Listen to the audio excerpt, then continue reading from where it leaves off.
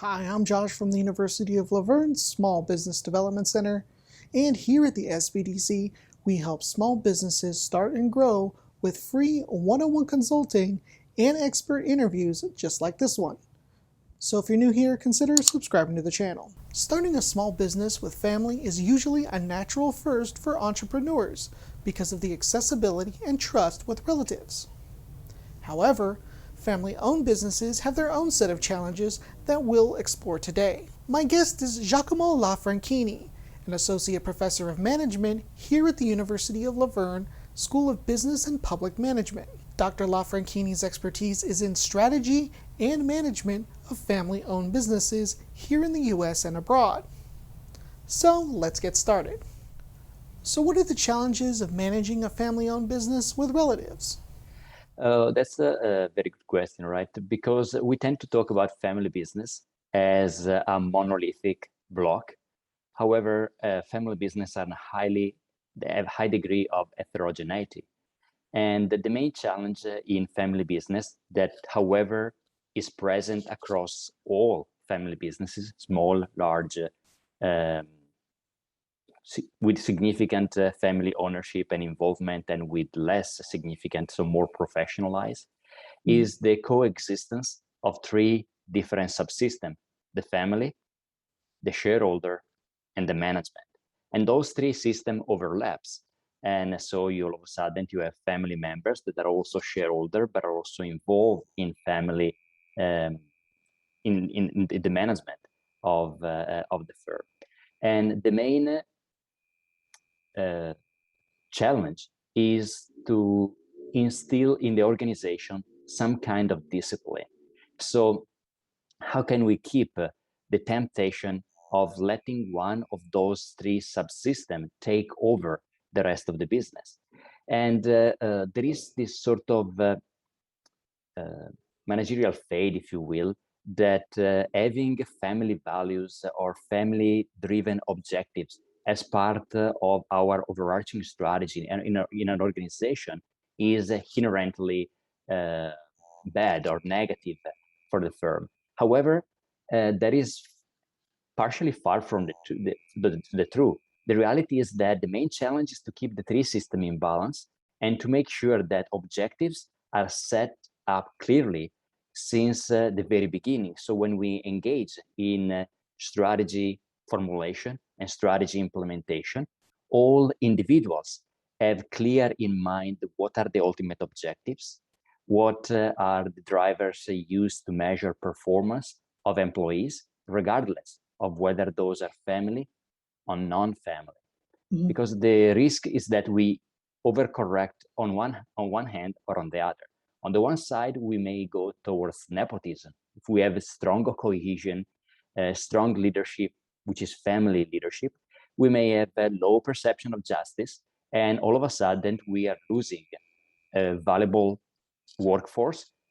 Individuals who are talented are not going to apply for jobs at our organization. Those who came are likely to leave because they perceive that there is a sense of injustice. If you have disengaged family members and you wanna and you engage in what is called reverse nepotism, you hold family members up to higher standards to demonstrate everybody else that there is no nepotism involved, that there is a sense of fairness. That is detrimental too, because you are putting an excessive burden of individuals who may or may not be interested in being part of the firm. And having two sets of standards in an organization is never really a very good thing. So in a sense, we could say that follow best practices, such as, in the context of human resource management, high performance practices, is a highly beneficial thing for family-owned businesses, even though family-owned businesses tend to think that ad hoc solutions are the best way to go. How is strategic management handled with family-owned businesses? Yeah, there are multiple ways. Family can create, depends on the size, but family businesses can create family council. Family council are groups of individuals who are either shareholder, family members who are shareholders, or family members who are involved actively in the firm. Depends how extended is the family that is currently managing or owning rather the firm. Anyway, family council become an opportunity to have regular meeting, share objectives, share aspiration, risk profile, desire. The family council can therefore define a set of policy pertaining to liquidity of the business, policies pertaining wealth management of the business, policy pertaining family members' involvement in the business, because at one point, if we reach the status of a cousin consortium, where the ownership start being diluted on a very large group of family members, we will ultimately need to decide who is gonna be involved and who is gonna represent the family in amongst the, on the board of director, for instance, and who instead need to take like a passive role and use the family council just to voice their desire pertaining to the firm. So family council could be a one way to go. Other families have successfully implemented what are called family constitution. So we write a formal document in which we specify fairly clearly all those rules. And to the extent that family members on average agree on the policies being defined in the family constitution, that should take care of a lot of issues. Those are suitable solutions for larger family firms. For smaller family firms, there are simple techniques that could help managing family and non-family employees in the business. One effective strategy is or technique, if you will, is the room philosophy. So we define rooms, and we know that there are contexts in which we communicate as family member, context in which we communicate as employer to employee or CEO to subordinates, and we prevent spillover. In other words, we prevent from negative emotion from the family sphere to contaminate the work sphere. And of course, family business and family members need to be very disciplined in respecting the rooms, because when you start having cross communication, so the communication is not parent to offspring, it is not CEO to subordinate, but start becoming CEO to offspring or parent to subordinate, then of course is where you have this potential for significant conflict that are of course detrimental for the firm. So that's the technique that some smaller family business successfully implement. How can business owners effectively manage employees who are related versus those who are not? Normally, the family council should define the criteria for hiring a non-family manager, especially. So let's focus primarily on the managerial position, because ultimately are the ones that are more likely to interact with the owning family. And the idea is to have clearly in mind what technical profile and skills are you currently missing. But very importantly, we don't need to overlook the fact that a manager in a family firms need to be able to deal with two different aspects of the business, of the firm, the business aspect and the family aspect.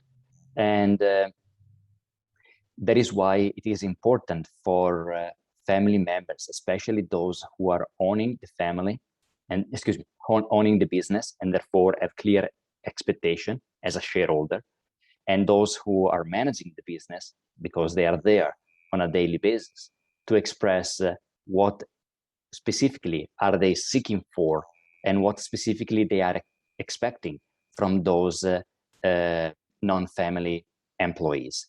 It is very important, however, to be transparent and to communicate what are the performance measures of prospective employees, because there is nothing wrong to include as part of your performance appraisal the achievement of goals that are in line with the family values, but that need to be clear ahead of time, such that the prospective employees knows what he or she is buying into, in a sense, right? because the sense of unfairness comes when you are there, you have the expectation for career path, and then all of a sudden you figured out that you will never be a top executive because there will always be an offspring or an heir of the family owner waiting to cover that particular position. So one is transparency and performance measure need to be clear. Two, performance appraisals need to be consistent, recurrent, and planned ahead of time. And last, you should have, as part of your family constitution, a career path both for family managers and non-family managers. Otherwise, you may end up triggering nepotism and what sometimes in literature is called the Fredo effect, inspired to the Godfather, right, where the less intellectually endowed offspring is anyway found a place in the organization, which is. How can family-owned businesses plan for succession? Organizations are, on average, doing a very poor job in defining a succession planning. That's regardless of whether they're family-owned or non-family-owned. The group that should be even more concerned about succession is family-owned businesses, and sometimes they overlook these particular aspects. Well, there are a few major steps that successful family businesses, so multi-generational family businesses, have engaged in too. First of all, we need to define, as we were saying previously, we need to establish goal and objectives. Goal and objectives for the family, as well as for the business, as well as for the family wealth. So there is nothing wrong if the original founder intend to retire and exit the business to clearly specified, such that heirs do not have the expectation of being involved in the business. And so we need to develop a collective vision, goals, and objectives. We need to identify potential potential independent members that are serving on the council or on the board, just to lay out those goals and objectives that very likely in family businesses are perpetuation of family values and family legacy over multiple generations. That is one of the competitive advantages indeed of family businesses. We need to establish a decision-making process. Who will define the successor? How is the successor being selected? How is the successor being trained and introduced in that particular position? With that regards, the family constitution could define perhaps policies of competing siblings. So siblings are assigned as head of various divisions of the firms when the firms start getting a little bit bigger, and the one that is more successful in managing a particular aspect of the business may be the one which or who is probably most suitable to cover the position as a leader in the organization. So once we have done so, we need to establish a succession plan, identify the successor, identify who are going to be the active and non-active family members as we go through the generation, identify what are the requirements that we are expecting to find in a leader within our organization. On parallel, we need to create a business and an owner estate plan such that we define how is the family wealth going to be managed as we go through the generations, and the wealth that results from the business can be reinvested in other entrepreneurial activities, other firms. So perhaps we will have to develop or create a family office that is in charge of wealth management, so the family wealth management.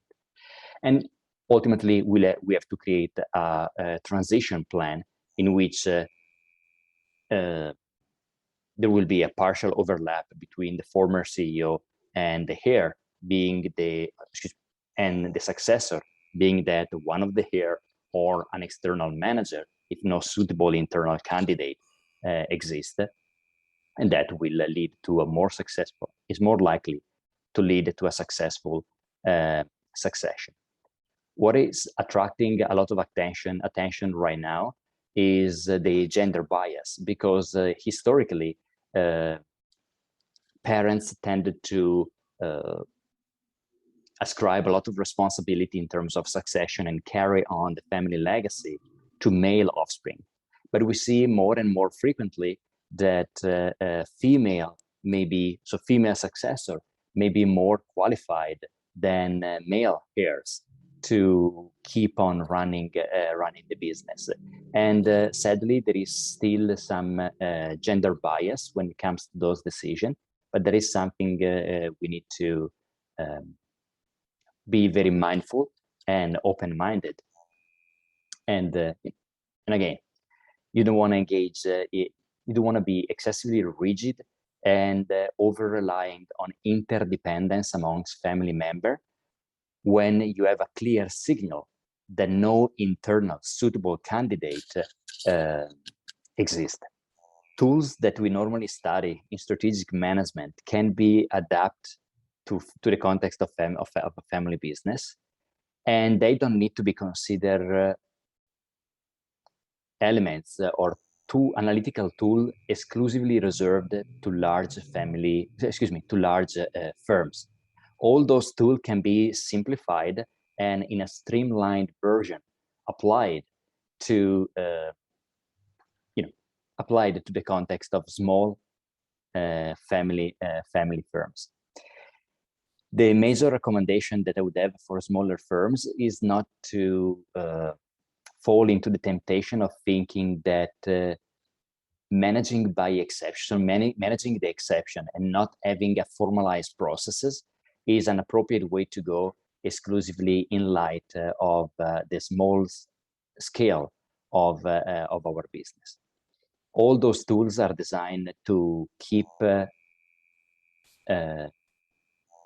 family in check, if you will, and make sure that we are, pursuing what are called socio-emotional goals, which are those non-financial goals that family businesses expect to derive from their firm. That could be a source of competitive advantage. However, we need to make sure we have a balanced approach in doing so, and we pursue those non-financial objectives that are also aligned or in line with the long-term survivability of the firm. I want to thank Dr. Laffranchini for sitting down with us and sharing his research and insight. If you want to know more about Dr. Laffranchini or his research, check out the resources in the companion article below. If you found this video helpful, leave us a like, share, and subscribe to the channel. And don't forget to hit that notification bell to get updates on all of our newest content to start and grow your new business. Thanks for watching, and I'll see you in the next one.